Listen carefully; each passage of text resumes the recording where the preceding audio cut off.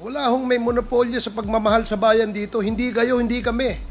Pare-parehas tayo nagmamahal sa bayan. Pare-parehas tayo nagseserbisyo eh. Diba?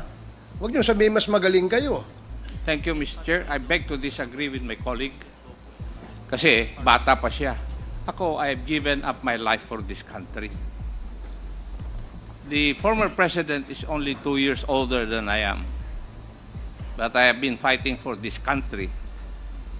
I was a member of the Philippine Constabulary and became a policeman after Republic Act 6975 was enacted. This statement of my colleague betrays her ignorance. Kung gusto po niya na magpa-imbestiga, mag-file siya ng resolution and maybe refer to the appropriate committee to be fair with her.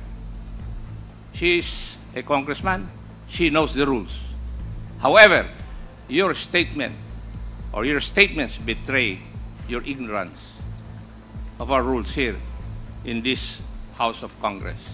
So I beg to disagree, Mr. Chair, na sila lang ang nakikipaglaban at marunong makipaglaban sa kalaban.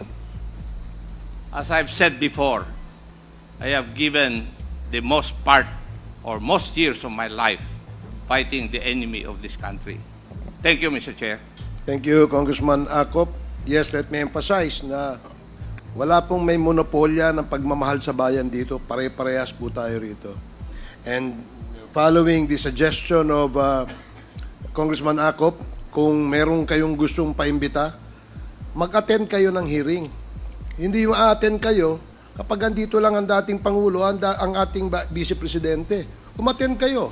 This committee hearing, this Quadcom, makes announcements of all its hearings. And from here on, we want to see you in our hearing, and please submit to the committee secretary all the persons you want to be invited. Wala hong ano yan, wala hong ano yan. Kung sino yung gusto niyang imbitahan, pwede po yan. Gusto ko lamang pong liwanagin na wala hong may monopolyo sa pagmamahal sa bayan dito. Hindi kayo, hindi kami. Pare-parehas tayo nagmamahal sa bayan. Pare-parehas tayo nagseserbisyo eh. Diba? Huwag niyo sabihin mas magaling kayo. Dahil kami, hindi naman namin sasabihin magaling kami. Pero kung pagmamahal sa bayan, pare-parehas tayo. Huwag niyong sosolohin yan. Dahil magagalit si Congressman Dan Fernandez.